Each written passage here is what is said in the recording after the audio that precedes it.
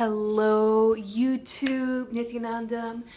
My name is Manithya Kodandyananda, but you can call me Kodandi, and I am a sannyasi. I am an apat sannyasi of the Nityananda Sampradaya. And in one of my live Q&As, someone asked about my favorite spiritual books. And so I wanted to go a little bit more in depth about spiritual books because there are a few books that have been very, very influential on me spiritually. Book number 1, the Upanishads.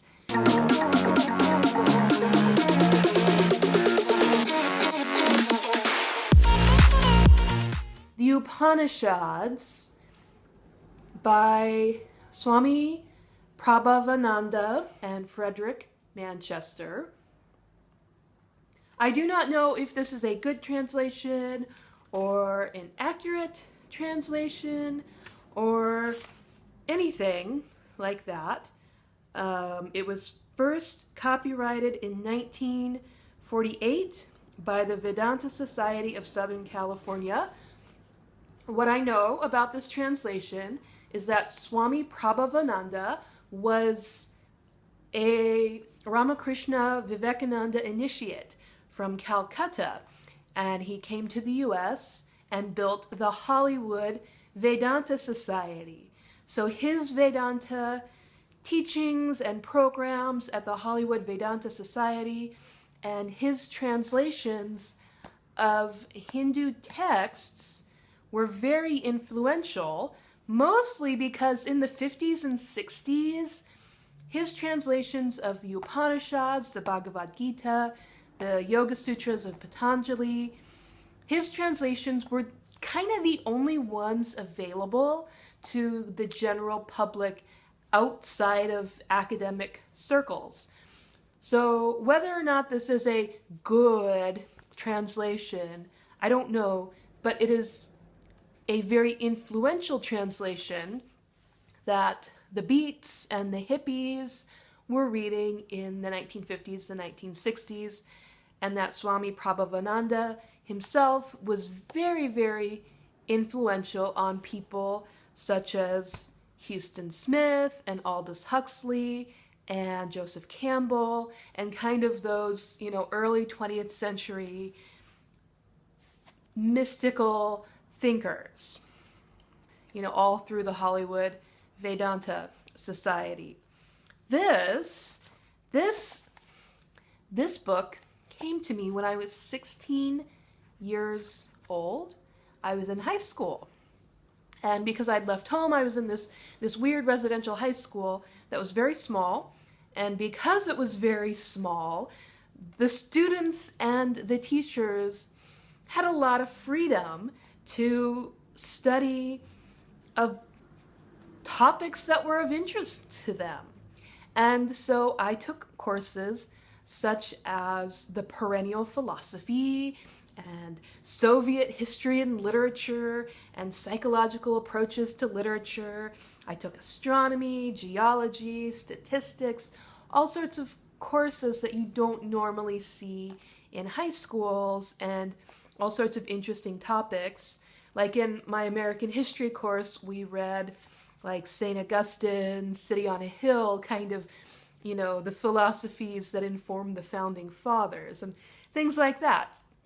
And so I took this Perennial philosophy course and read this copy of the Upanishads.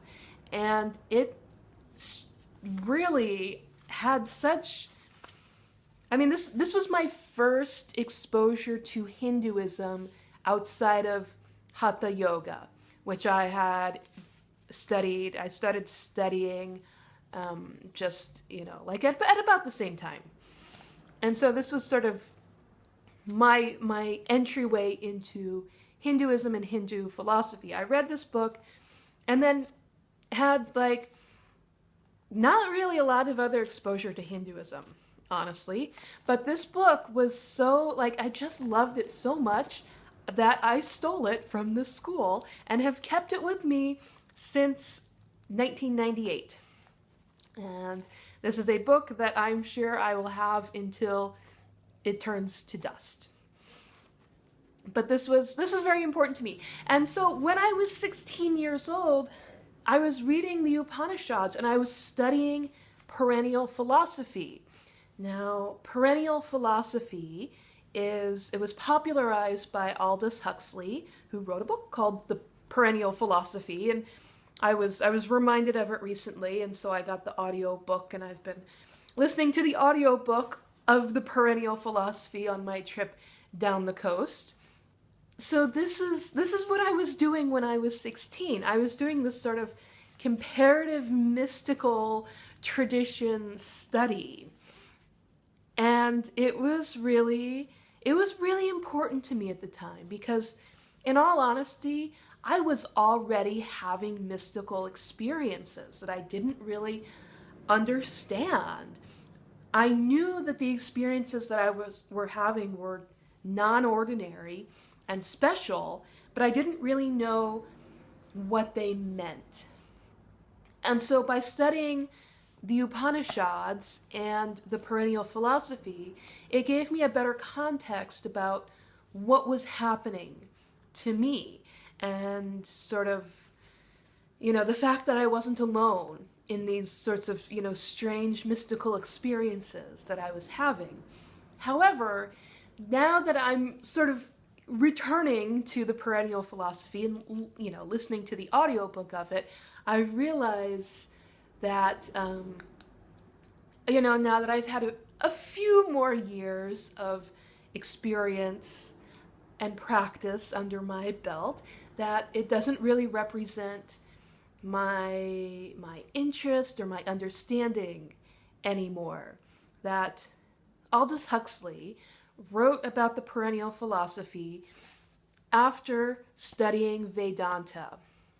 And so the book opens with a very sort of, Vedanta-heavy philosophy. That it was through studying Vedanta that he was able to see this sort of common mystical theme in the mystical traditions of all the world's religions. And so even though it's very heavily informed by Vedanta, it still has a very Christian bias to it. And this perennial philosophy has really very strongly informed New Age spirituality and sort of the spirituality that, the spiritual but not religious sort of spirituality that people are doing these days. And so, that's great and all, but I am really interested in going to the source and in really digging into Hinduism instead of getting into this sort of generic, intellectual, academic mysticism. One of the things, and I just went through the chapter where he's talking about, different things, where in the perennial philosophy, this sort of academic, intellectual contemplation on the formless is really sort of privileged as being, the good or the right kind of spiritual experience. When in fact, there are many types of spiritual experiences that can result in mystical experiences, and that worshiping deities with names and forms is not a bad thing. Having charismatic and ecstatic experiences is not a bad thing. That the experience of religion is not limited to this sort of intellectual, philosophical, contemplative experience. And, Aldous Huxley, being an academic and being a writer, kind of spins it towards this, the only good spirituality is this contemplative, contemplating on the form beyond forms and the nameless and the Godhead and the ground of the Godhead. I mean, all these kinds of things. And that is certainly a valid experience. Like, I'm not going to say that you should not do that. And ultimately, when you get to that experience, you realize that you are experiencing something beyond names and forms and, whatnot. But there are many, many paths to mystical experiences. And I think this is kind of where people get hung up, or at least where Westerners and this sort of New Age spirituality crowd kind of gets hung up on what my guru, Sri Nityananda Paramashivam, is doing. Because in what he is teaching, there's a lot of ecstatic experience. You can have very charismatic experiences. You can participate in the worship of deities and in these temple traditions and in these, ritual experiences. And so many Western people are very biased towards this sort of, transcendental, monotheistic, God is everywhere and everything, and not a personality. And so when they come into Hinduism and they see that not only is God everywhere and everything, but God is in this stone that has been carved, or God is in this metal that has been cast, and that we are now adorning with, garments and flowers and jewelry, that somehow, like, there's this, oh my God, I can't do this, this isn't right, this isn't something. And so people kind of get hung up on, deities and practices and these very charismatic experiences and these extraordinary experiences of the third eye Shaktis. And people, they can't quite make that leap. Or at least Western people coming from a New Age spirituality, sometimes they just can't make that leap. And that's fine. I mean, you go and you do what you want to do. Like, whatever. I don't care. Do whatever works for you. But I love the Upanishads. This book is fabulous. It was incredibly influential, and I have grown a lot since I first read this book. So, okay, Nityanandam.